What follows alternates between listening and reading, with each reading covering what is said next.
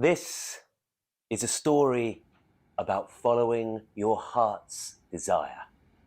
This is the story of the magic horse.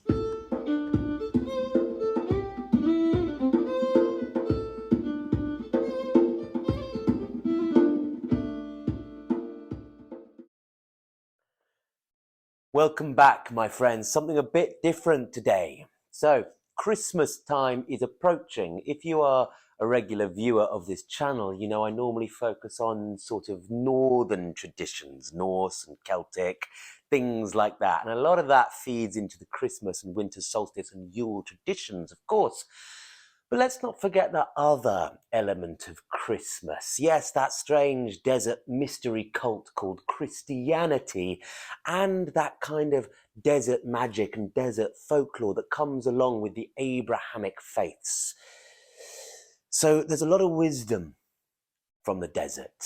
You know, for thousands and thousands of years, there are certain teaching stories, wisdom stories, passed on the tongues of dervishes or spoken at night across Bedouin camps, passed like currency across the desert until they land in your receiving ears, my friends. And this is a really special story. So as always with these tales, this story is very much about kind of disengaging the logical brain and following the heart a little bit more. So just see whatever imagery crops up with this one. If any of you are interested in the tarot, there's quite a few tarot cards that straight up appear in this story, you might argue. Tarot is, of course, one of those things that travelled along the Silk Road with this story. So I won't say too much, but this is a story called The Magic Horse. It's not from the Arabian Nights. That's a different story. This is altogether, I think, older and more mystical story.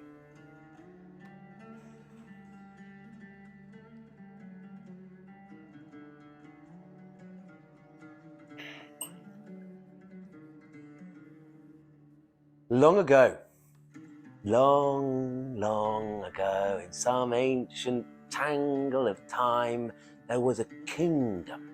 That kingdom, my friends, exists inside of all of you right now. This was a deep, ancient kingdom in myth time, and it was very exceedingly prosperous. It had deserts, it had snow-capped mountains, it had rich, lush forests, and at the heart of that kingdom was a great city, the likes of which have not been seen for many thousands of years. It had temples and workshops and orchards and gardens and a palace, and at the center of that palace was a monarch, and that monarch, that king, was the ideal king, all too rare a thing.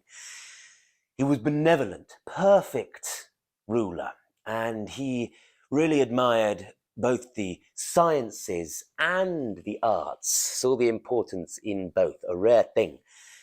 And the kingdom was exceedingly prosperous, and all sorts of inventions were made. Now, this king and queen had two sons, off and the way. The eldest son was called Hoshyar, and he was the pride of the kingdom. He was tall and handsome and had a big twirly moustache, and he had a very strategic mind. He was good with finance and good on the battlefield. Perfect prince. Then there was the other son. What to say of him? He was, shall we say, a dreamer. He was Prince Tambal, and he couldn't really grow a moustache, and he was a little bit useless. If he was a tarot card, he would be the fool, the innocent fool. His mother, I believe, this is not in the original story, but I believe his mother might have made him a little cape when he was young, and he would swish around the palace, and sometimes he would maybe pick a flower and gaze on it. He was just interested in other things. Suffice to say, Tambal wasn't really the pride of his mother and father's eye. The foolish son, you might say. Now, this king and this queen, every so often a proclamation was made, and it went out across the land, and all craftsmen or inventors were invited into the palace to bring their best invention to the palace, to see what betterment it could produce for the place. Now there was in that kingdom a metal worker and a wood worker, and they were great rivals, and they had very different ways of doing things. There's a woodworker sat on the sofa in this room now, so maybe part of this story is for her. Now, when news of this proclamation went out, this metalworker and this woodworker, it was something of a competition. You know, they were the finest craftspeople in that city. So everyone in the population was wondering which one of them would produce the most amazing invention to show before the whole kingdom. The metal worker, he did this. He built a great workshop in the very center of the city and a big wall around it for secrecy, you see. And he hired all the best metal workers and inventors and smiths and set about his great work. The woodworker, for his part, he just took up his simple tools and went out into the forest and waited for the inspiration to come from the trees, from the whispering air, from the rivers, as he did so many times before. It always worked. So, time came, the time for the great competition in the great hall of the king, and the metalworker went first, and the trumpets sounded, and the great doors opened, and in came a great box covered with a curtain, and the metalworker rolled it in with all his servants, and then announced proudly that this was the invention that was going to change the world. And he pulled the cord and the curtains opened, and there was the thing he had been working on in secret for all this time. It was a mechanical fish, huge metal fish, and it had all sorts of cogs and gears within it and precious stones that powered this fish. And this fish could do many wondrous feats. You had to kind of turn the knobs and controls, and this fish could swim slowly through the water. It could burrow into the ground. It could even move very, very slowly through the air, and it could breathe fire and irrigate the land and build buildings with its machinations.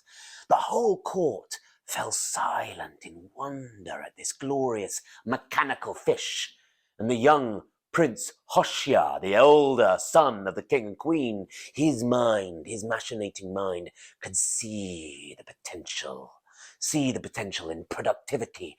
It could turn the desert to fertile farmland. It could lay waste to cities. Oh, this would change the world indeed.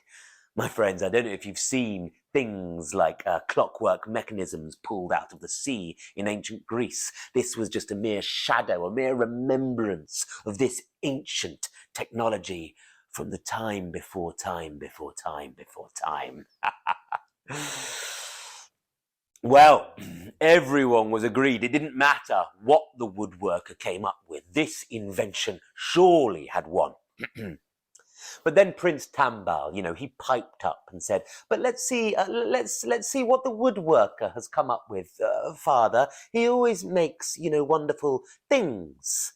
So sure enough, the woodworker was summoned next, and the trumpets were sounded, and the curtains opened, and the woodworker came in alone, no servants, no other workers, with a little parcel under his arm, and all the court craned to see what it was. Hush! Silence. And he unwrapped it. It was a simple wooden horse. Yeah, I've got props this time. Simple wooden horse. Laughter rippled across the court.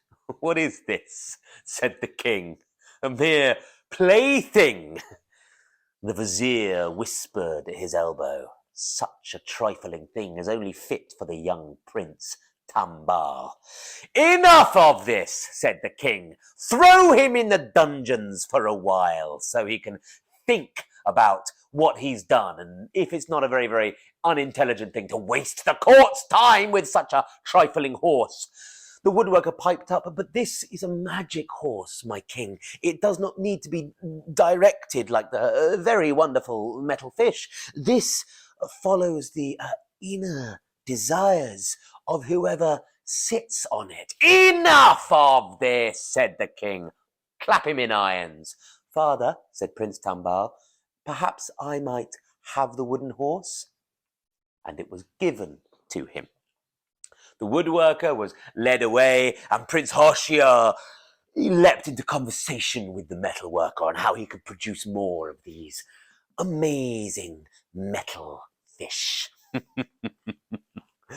Meanwhile, Prince Tambal, he went up to his private quarters with the wooden horse, and he was turning it over in his hands, running his fingers over the intricate carvings. It was a very, very beautiful thing.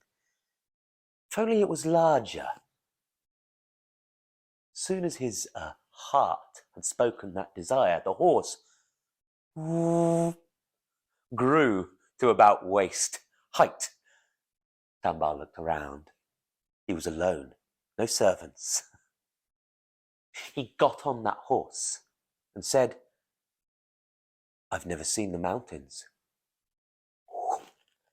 In a moment, space and time wrapped itself around Tambal, and he found himself suddenly on top of a snow-capped mountain in his jalaba, sat on top of the horse, and he got a terrible fright and fell off the back of it into the snow.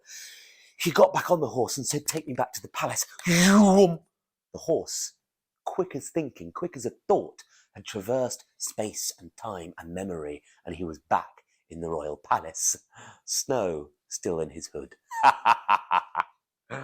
Well, as you can guess, my friends, when was the last time you encountered a magic horse? But you would have done the same. Tambal travelled all across the world. In the dead of night, when the whole palace was asleep, he visited places he had only read about in books. Tropical atolls, great forests, kingdoms at the far reaches of the world.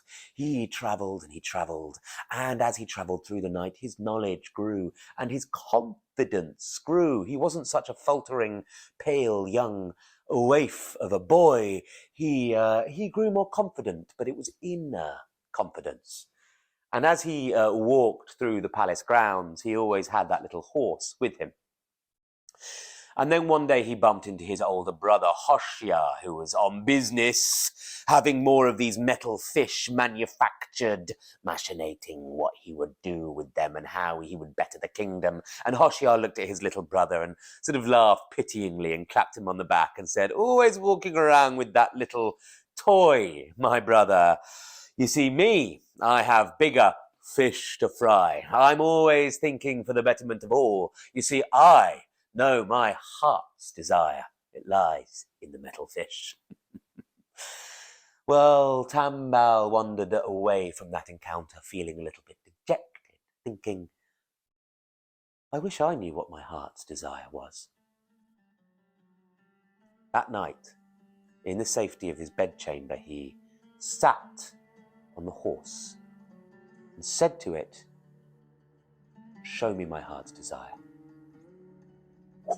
In a minute, space and time wrapped itself around Tambal, and he suddenly found himself at the very edge of the world. Very, very edge of the world.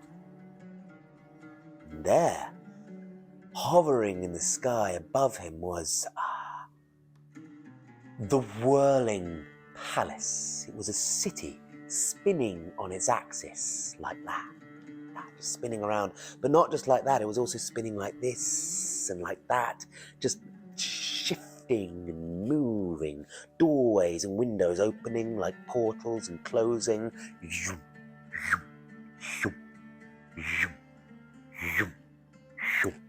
And Tambal knew his heart's desire was in there, and he spurred his horse onwards.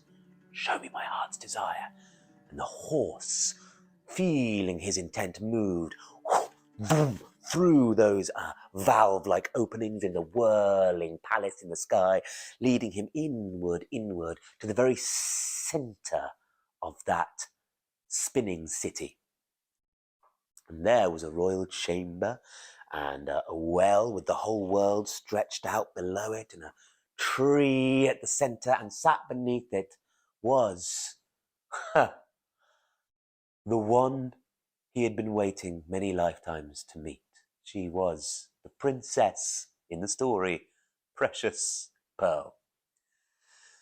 The Princess Precious Pearl. And they looked at each other and they realized that the two of them had been waiting their whole lives to meet one another.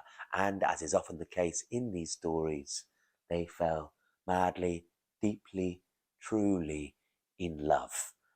All of Tambal's stuttering and nervousness fell off him as he fell into deep conversation with this woman at the edge of the world, the sky woman of the dawn, the lady of the curtain, whatever mystical old name we give this secret part of our inner self. And they conversed, and they decided they would be wed. But then a sadness fell across the face of Princess Precious Pearl. My father will never allow it to be. You see, he has imprisoned me in this whirling palace. His great kingdom is below, and he is the magician king of the West. His will has never been countered. And I, for my whole life, have been wed to, arranged marriage to the son of the magician king of the East, and our two kingdoms will be merged and rule the whole world. That is what has been decided. That is my fate, and there is nothing I can do about it. Let me have a word with him, said Prince Tambal. The presumption of youth. No, I'm sure your father sounds like a reasonable man. I'm sure if I just talk to him, right? I'm sure if I just talk to him, I can make it okay. I mean, we love each other.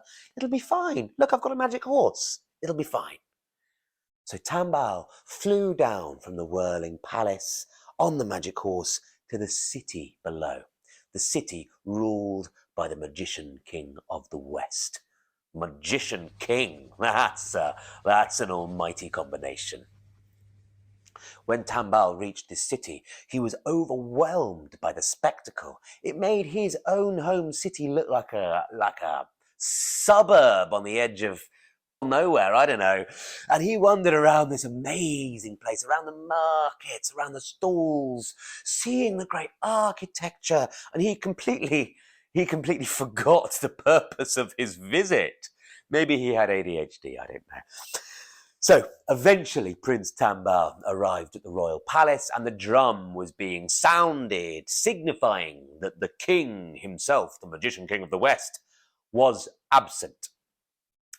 A passerby told Tambal that he is, of course, visiting his daughter in the whirling palace you see above you, as he does once or twice a week.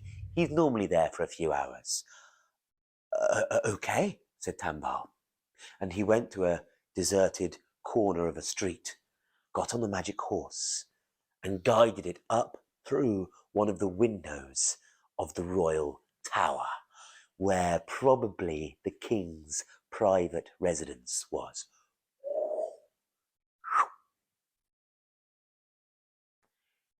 Inside, a whole table, feasting table, was laid out. There were oranges, there were sweetmeats, there was delicious things, there was wine. Tambal had a drink of some wine. He ate his fill, and then he grew very, very tired, and he fell asleep. Just a little nap, he told himself. I'll just fall asleep behind this curtain so I'm hidden. I'll just put the wooden horse there. No one will pay it any mind. And Tambal fell asleep. Meanwhile, the magician king of the West was up in the whirling palace talking to his daughter, and she couldn't help herself. She blurted out that she had met someone, a boy, on a magic wooden horse, and I want to marry him, father. The magician king didn't take it very well at all.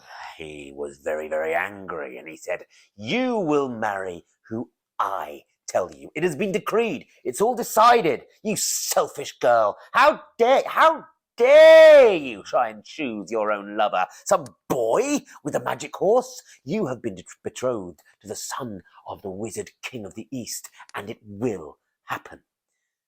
And the magician king of the West descended from the whirling palace on his magic carpet back to his own royal palace. There he realized that someone had been rifling through his royal residence, and one of the tongueless sentinels, one of the jinn that was posted there, pointed silently to the curtain, and the king made his way towards it. But then, just there, he saw, resting against a wall, the wooden horse.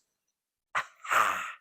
Now I have you," he said, and he snatched up the horse and summoned his viziers and said, "How do we work out the power of this? My daughter said it could fly.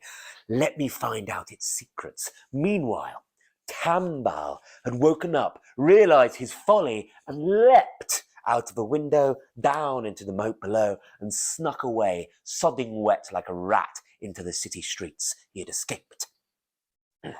The king, for all his magic and all his viziers and all his magicians, they couldn't work out the simple, very simple magic of the wooden horse. Obviously a useless trinket. My daughter, she has a rich imagination. Throw this thing in some store cupboard somewhere. We'll deal with it later. You see, the king, the magician king of the West, had other fish to fry. He had to hasten this whole marriage business, because if there was one flying suitor, there may be another and another and another, and his precious daughter, Princess Precious Pearl, was a very valuable commodity, and he couldn't have her whisked away under shadow of night. So the messengers, the magical messengers, the jinn messengers, were sent to the magician king of the East, the counterpart of the magician king of the West, to send their son, Prince Jaharazad, to marry his daughter, Princess Precious Pearl. Meanwhile, Tambal was making his sorry way through the streets, and he managed to sneak past some sleeping guards at the city gates and out. But then his heart sank, because what lay beyond him was a desert. Absolute nothing. Wilderness for as far as the eye could see. And the sun was going down and it was getting cold, and he was a foreigner in a strange land. He had no food or provision. He had no magic horse. He had nothing. Just the love in his heart for Princess Precious Pearl. He moved for days through that desert, following mirages, suddenly thinking that a whole glittering city had appeared only for it to turn into sand in his mouth. An oasis, another oasis. He began to curse everything. He began to curse the Wizard King of the West. He said, "When I get back to my home, I'm going to ask my brother Hoshiar to raise a whole army of metal fish, and we will ride across the desert and destroy this whole city, and I will take Princess Precious Pearl." And these fantasies boiled in his mind and made him grow weary. And as he journeyed on, there was nothing left. No anger, no sadness, nothing. He was ready for death. There, on the horizon, was an oasis, another mirage. And he was walking, head down, lulling,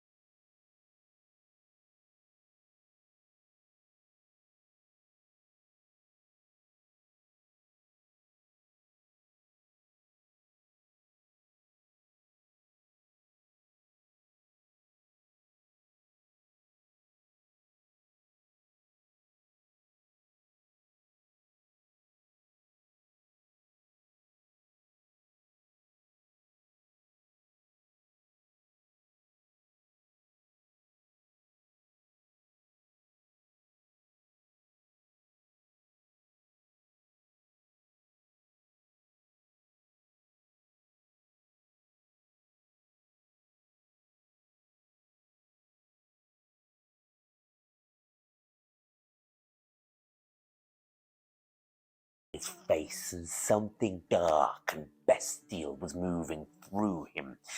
He scrambled to a pool of water to drink, and then looked at his reflection. No! Horns were growing out of his face.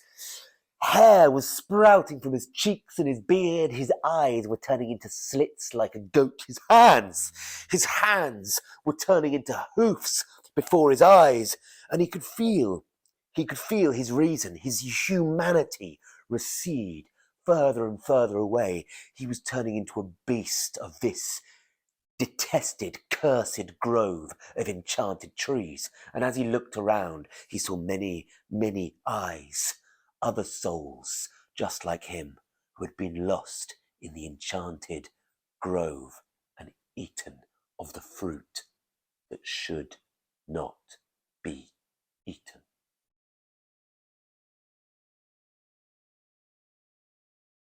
I can't tell you how long we've been in this state, this half-human, half-beast state. But Tambal, he had some light left, some little glimmer of humanity. Maybe it was the memory of Precious Pearl. Maybe it was that little glimmer of his heart's desire, which gradually, after days, weeks, lifetimes, eons, I don't know, gradually manifested into a light, moving slowly through the trees, casting long shadows. As it grew closer and closer, that light seemed to be coming from a lantern, a lantern with stars in it, and the light was spilling out through the star holes onto the sandy floor. And the lantern was being carried by an old hooded man, a hermit. I love this because this is, again, when a tarot card steps straight into the story. The hermit got closer and closer and spoke to Tambal. My boy, he said, I've come just in time. Any longer and you would have become a beast, just like them. I know who you are, said the hermit. I know who you are. I know you're following your heart's desire. Listen carefully to the instructions I'm about to give you. Focus on your heart's desire. Focus, fill your being with your heart's desire, and then go and eat the fruit again. Not the fresh, ripe fruit. No, that was your first mistake. Eat the rotting, dried husks of fruit around the bases of the trees, and think of your heart's desire. Then follow it. Follow the signs. Follow the soul of the universe. It's with you. Then the hermit moved through the trees, carrying his light away out of that oasis and into another story. Tambal, sure enough, pulled the memory of Princess Precious Pearl out of the recesses, the catacombs of his mind, and focused on his heart's desire, not just her, but all of it, and then scrambled around with his hoofs for the dried, rotten husks of fruit, and ate some up with his goaty little mouth.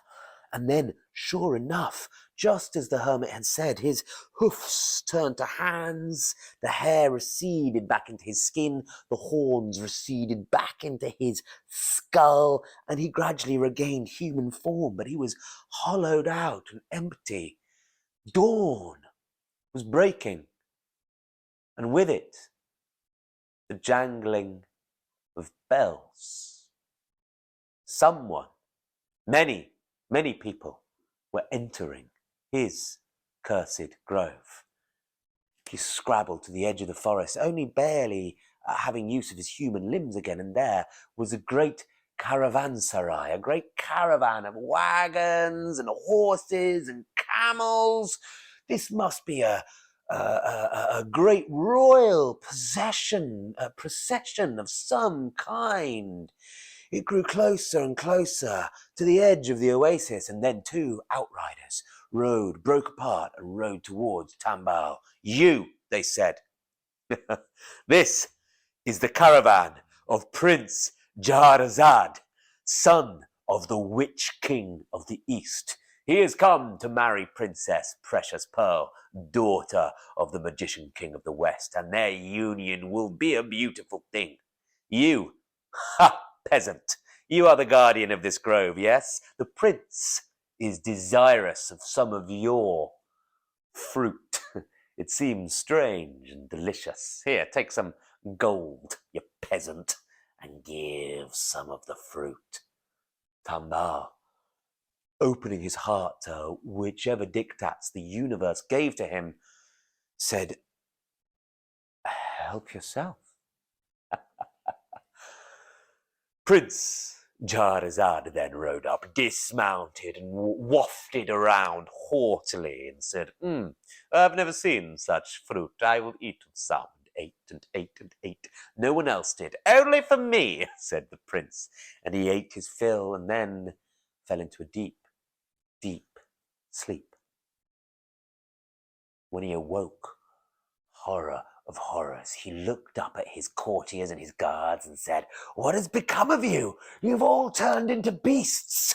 But even as he said that, horns were growing out of his head, and hair was sprouting out, and his eyes were turning into goat-like slits, and his feet were turning into hooves, and he was losing the power of human speech. You are turning into a monster, my prince. No, you're monsters, all of you. You see, he thought they were beasts and he was human. In the end, his followers had no choice but to tie him up and tie him on the back of a horse. And they tied up Tambal as well and tried to beat a response out of him. But he just babbled about some magic fruit and some hermit. And they said, right. They hatched a plan, did the followers of Prince Jaharazad. It was this. They would marry Princess Precious Pearl to Prince Tambal. She's never seen the prince. She's not to know. So he would be the prince in the Horned Prince's stead until they got everyone back to the kingdom, and they would unravel the problem and probably kill Prince Tambal. So that was the plan. The Horned Prince was tied up and strapped to the back of a camel, and Prince Tambal was dressed in these rich clothes and placed in the royal palanquin and carried across the desert, which it had taken him so much time to cross on foot, very swiftly through the gates he had escaped all that time before, right back into the royal citadel of the Magician King of the West. And a wedding ceremony was prepared, and it was the greatest ceremony you've ever seen. And can you imagine the look on Princess Precious Pearl's face when she saw her beloved?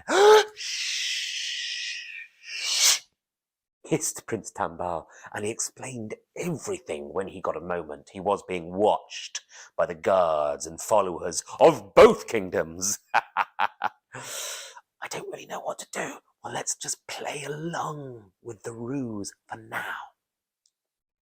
So the wedding was arranged. Princess Precious Pearl was brought out. She was married to Prince Tambal. Everyone in that court thinking, of course, that Tambal was in fact Prince Jaharazad, the son of the Witch King of the East.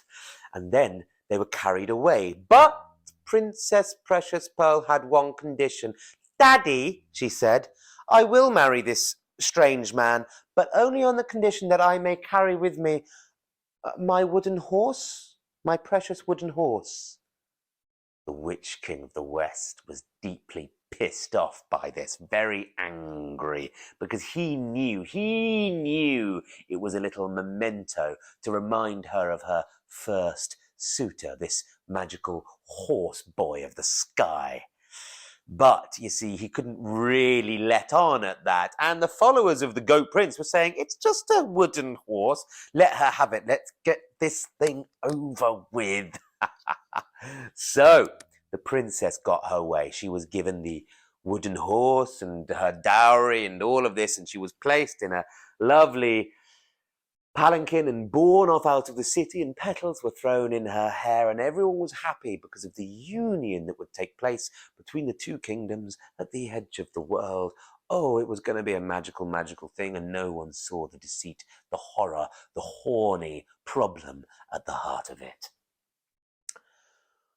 When the royal procession was out of the city gates, across the desert on their way back to the other edge of the world, the Goat Prince broke free. Tambal had been tied up, and the Goat Prince was making his way towards Princess Precious Pearl. He knew that she was his, and he tore open the curtains and was just about to have her. But then Princess Precious Pearl just opened her heart to her heart's desire, and the horse ascended into the air with her on it. And credit to her, she learned how to control it with the whim of her heart very quickly, and swooped down and rescued Tambal from another part of the caravan train, and off they swooped through the sky, landing on the very roof of the royal palace of Tambal's father. And can you imagine the celebrations that kicked off then? The wedding was swiftly prepared. Their marriage healed the whole kingdom. Old king and his wife were blissfully happy that their boy had come back and grown into a man. And it was decided unanimously that he would rule the kingdom. But what of his older brother? What of Prince Hoshea? You know, he didn't care. He did not care.